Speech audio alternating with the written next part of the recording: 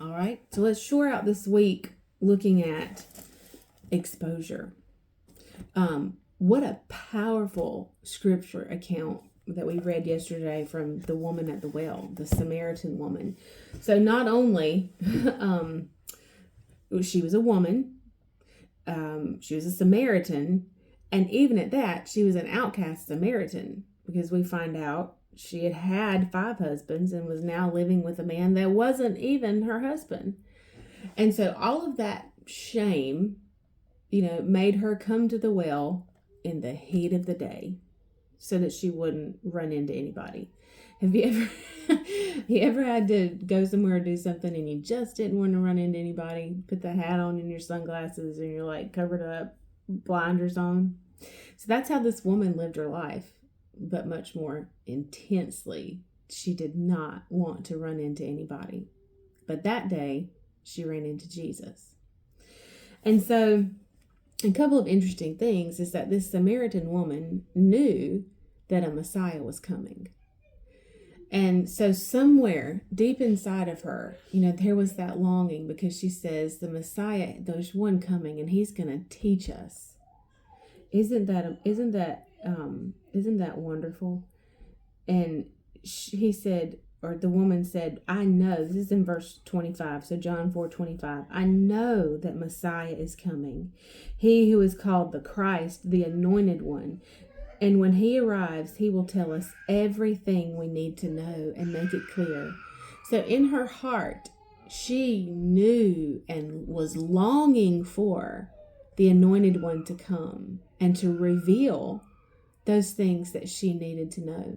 She was looking. I mean, she knew and she longed. And the world longs for truth and for freedom. And it is a fear of that painful exposure that Satan keeps those without Christ bound to, letting the godlight expose things that need to be fixed and that we need to be delivered of and set free, that we need to release. But she had that longing. And Jesus said to her in verse 26, I who now speak with you am he. And she knew. She knew.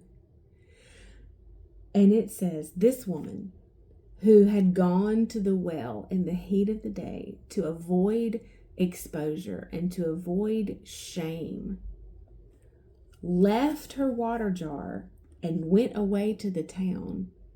And she began telling people, come meet a man who's told me everything I ever did. It's the Messiah. The Messiah is here. Come meet him. What a transformation.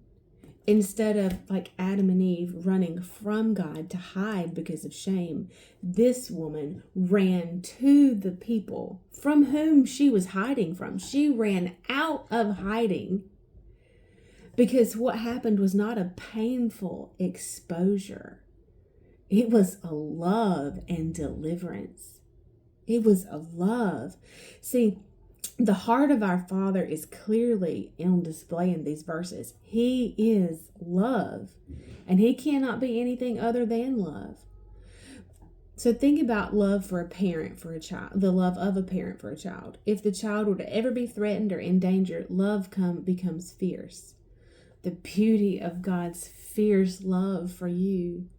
So the word deliverance in the Greek, which is the original language of the New Testament, is rhiomai, which is a twofold process. So first it means to rescue. When the Father delivers us, he rescues us. He pulls us from the danger of evil. So there's a rescue. But the second part of the meaning is a drawing close. And so that is what happened here.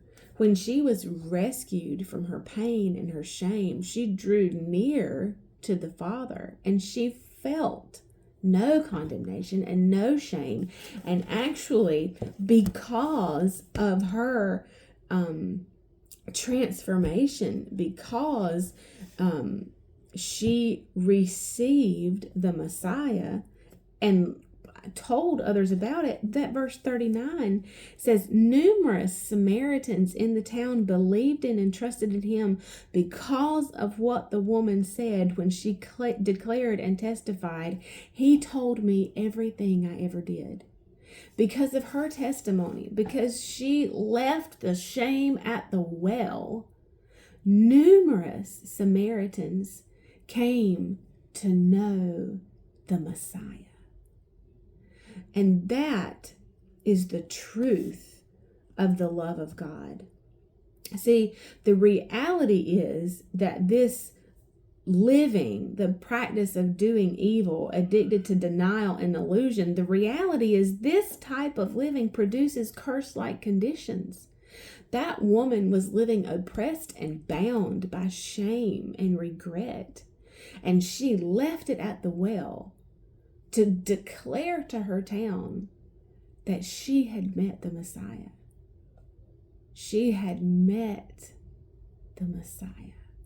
No shame, no painful exposure. God who is a God of love, would not find joy in bringing pain to his people. He is a deliverer bringing love and peace. And that woman, that Samaritan, when she had an encounter with Jesus, it was easy. There was no pain or shame or condemnation. There was love that washed all of that away. And we'll pick up here next week. I'll see you then. Bye, y'all.